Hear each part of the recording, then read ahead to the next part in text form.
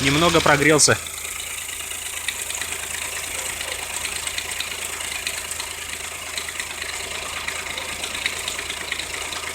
Чуть-чуть постукивает.